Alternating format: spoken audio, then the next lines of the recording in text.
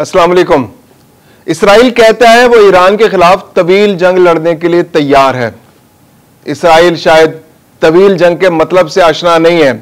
Iran वो मुल्क है जो अब तक कई तवील जंगें लड़ चुका है और अगर ये जंग तवील हुई तो इसका फायदा सरासर ईरान को होगा और इसराइल इसमें घाटे में रहेगा, क्योंकि ईरान 1980 से लेकर 1988 तक इराक के साथ एक तवील जंग लड़ चुका है और उसे इसकी स्ट्रेटजीज का भी अंदाजा है और उसके मुमकिना असरात का भी अंदाजा है। दूसरी जानिब इसराइल ने अब तक जितनी भी जंगें लड़ी हैं वो चंद दिनों पर मुहित रही हैं और अब इसराइल को चंद दिनों में अंदाजा होने वाला है कि उसकी मईशत की कमर टूटने वाली है, उसके पास असलहे की कमी होने वाली है। इसीलिए वो बार बार अमेरिका के सामने हाथ जोड़ा है कि आए और इस जंग का हिस्सा बन जाएं, हम अकेले इस जंग को आगे नहीं बढ़ा सकते। दूसरी जानिब डोनाल्ड ट्रंप अपने मफादात के मुताबिक इस वक्त खित्ते की सूरत हाल का दूसरे अंदाज से जायजा ले रहे हैं। उनका ख्याल है कि इसराइल को यह जंग रोककर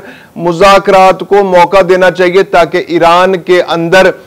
जो सियासी कुव्वतें हैं वो सरेंडर कर सके। इसके अलावा पाकिस्तान के लिए भी इसके लिए बहुत खित्ते में अहमियत बढ़ गई है। पाकिस्तान ने सालिसी की पेशकश कर दी है और शहबाज शरीफ ने कहा है कि वो ईरान के साथ इस कॉन्फ्लिक्ट के अंदर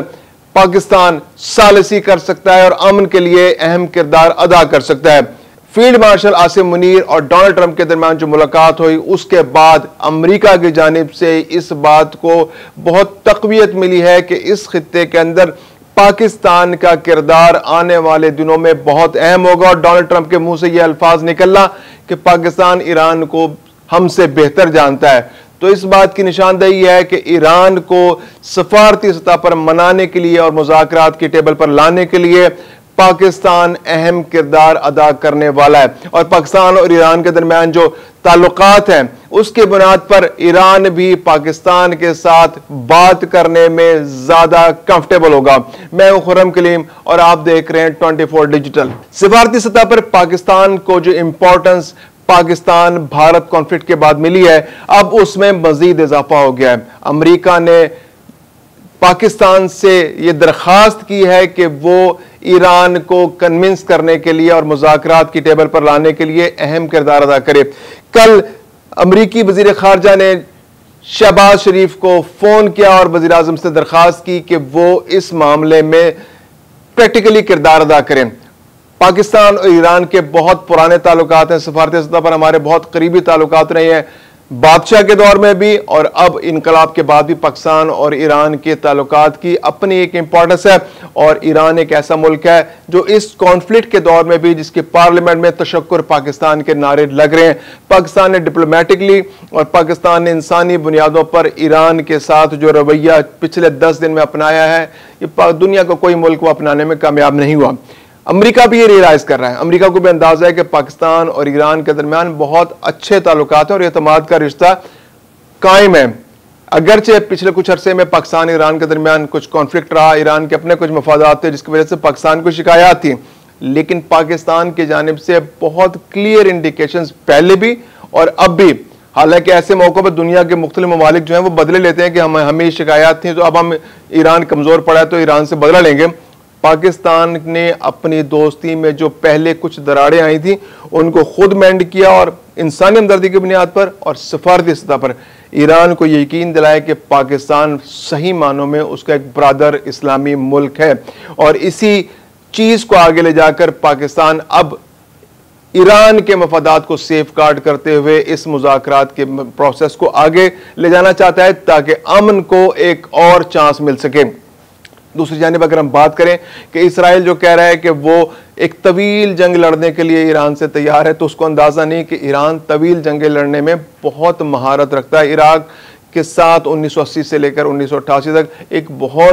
बहुत तवील जंग लड़ी गई जब सद्दाम उधर इराक के सरबराह थे और इधर इस्लामी इनकलाब नया नया आया था, तो इराक की जानिब से एक हमला किया गया ईरान पर और उसके बाद एक जंग शुरू हो गई और वो जंग 8 साल तक जारी रही। अली खामनाई जो इस वक्त सुप्रीम कमांडर है, उस जंग के दौरान उनका एक बाजू भी ज़ाया हो गया, तो आज भी वो एक मसनूई बाजू के साथ जिंदगी गुजारने पर मजबूर है। तो ईरान उस जंग से बहुत मुतासिर रहा है और ईरान को अच्छी तरह अंदाजा है कि ये जंग किस तरह लड़ी जाती है। दूसरी जानिब अगर हम स्ट्रेटेजिकली इस बात को देखें तो ईरान और इसराइल के दरमियान बहुत फासला है। अभी तक जो जंग हो रही है वो जंग मिसाइलों के जरिए हो रही है।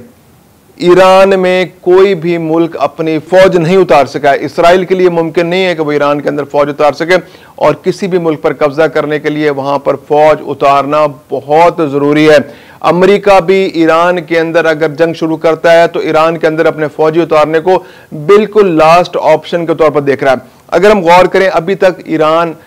के ऊपर हमले में इसराइल की और अमेरिका की स्ट्रेटजी क्या रही है, तो इसराइल ने ईरान पर जितने भी हमले किए हैं उसमें उसकी आला अस्करी लीडरशिप,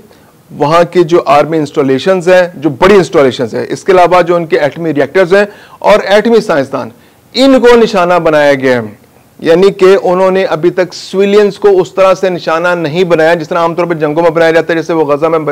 बना रहे हैं मुसलसल पिछले 1.5-पौने 2 साल से, जिस तरह गजा के शहरियों का कत्लेआम कर रहे हैं। ईरान के अंदर उन्होंने उस तरह से कत्लेआम शहरियों का नहीं किया, सिविलियंस का नहीं किया। अभी तक वो आर्मी इंस्टॉलेशंस, एटमी रिएक्टर्स